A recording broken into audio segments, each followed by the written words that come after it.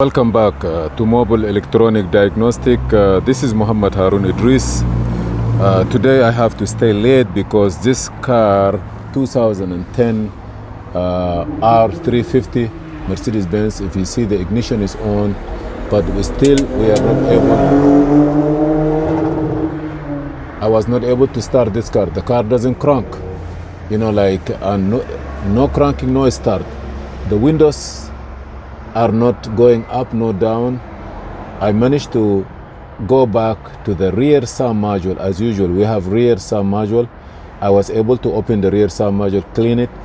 I'm able to put the two windows up. This one I'm not able to put it up. Still the car doesn't want to crank. I say, you know what, let me try to see by the ignition is on if I will be able to crank the car usually, or to start it, or if the starter is good. I charge the battery from under the hood. I'm going to show you the place where it is. I charge the battery here. You see the battery actually is under the passenger front seat. I put the positive here and the negative here. I charge it. After I charge it good, I'm going to show you where the starter relay is. Here, in this place here, where the fuse box in the front. This relay here is a starter relay, but do not try to do anything on this one. If you just want to know if the starter is good or not, is cranking or not, just put power to the fuse here. This fuse here, I believe, is supposed to be 40 amps, but it's okay. Look here, from here, go down. This is I, A, B, C, you have numbers. But from this one here, look at it. This is the screw for the full power coming here. This starter relay, and the starter relay have power from the circuit relay. When the circuit relay close, it sends power to two pins. One pin to standby and one pin with the contact to power coming here. And from here, it go to the starter. If you put power here now, the starter will crank. This relay is energized by the engine computer, which is located here. This is the engine computer. Don't hit it by hammer. Don't put the stuff on it. Don't try to wash this car by spraying water here. Sometimes there is a crack here and water can go inside and it's gonna cost you $2,000 at least, or maybe $300-400 if you are a professional technician, know how to virginize an old one. Do not try to put water here after you change the oil and you want to make the engine clean. No, it is not the time for that. Okay, let's go back. I give power here, the car crank. So I know that the starter is good. There is no power coming here, which means the engine computer is not receiving signal or something wrong. All this I did it as a visual inspection. I did not put no OBD2 because I have the story that 2 days ago or 3 days ago, we have a storm here in New York City. Even people lose their life. I pray that God forgive all of us, and whoever lost his family, God give him patience. Now, so I say, you know what? Now I gotta go back and I look at the battery here, it charged well. I say, now let me go back and look at one thing. Why do I have communication, or is the data bus still live and running? I come here in this place, I pull the driver kick panel here, I take this one out, and here you see this is the communication line. Mercedes-Benz have here one and on the other side. So I open this, I look at it. Here we have also the optic line for radio communication, and that's here is their connection. They support it by this one, but this one is not. Sorry, I'm using the phone to video and work with my one hand. I check the power here. I have the 5-volt reference divided by those can system.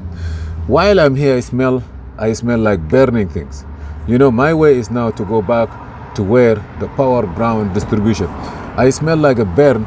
You know, like video cannot send you a smell, but even now I smell a burning thing. So what I did is I come and I took this screw out, the seat was moving, which is good news, and the battery is here. This is the car battery. After I took this one, I did a visual inspection. Like here, it looked like water or some items, pens, I don't know, a lot of stuff here, you know. So then I go back here and I look at the fuse. Before I look at the fuse, I look here, and this is what I'm seeing. Okay, still I smell burn. But if you look under here, I don't. I'm gonna. You see here. You see here. You see what happened there? The green thing there.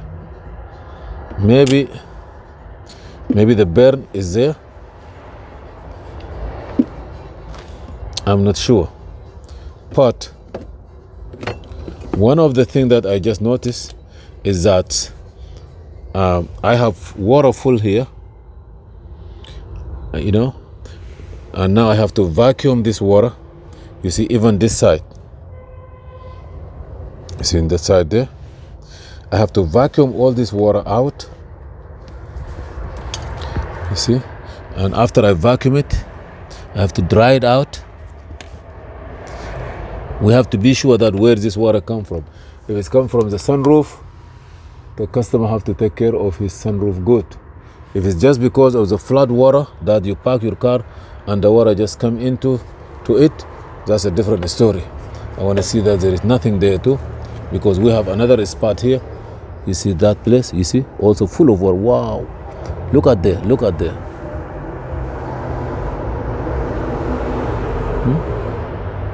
Believe me, it's full of water. You see? See there? Maybe some computers got burned there. I just give you the idea. If we have water full here, it's supposed to have water there. So what I'm gonna do is I am going to take this stuff out. I'm gonna take whatever something here also out. I will open this place also, and my job now is to dry this water from those fuses. If something have to be fixed, I fix it. If not, then we change it. So this is a quick information of today's last video. Please, if you watch this video, in the bottom there is another link. I'm gonna put it for you to watch the first video where I come in the daylight.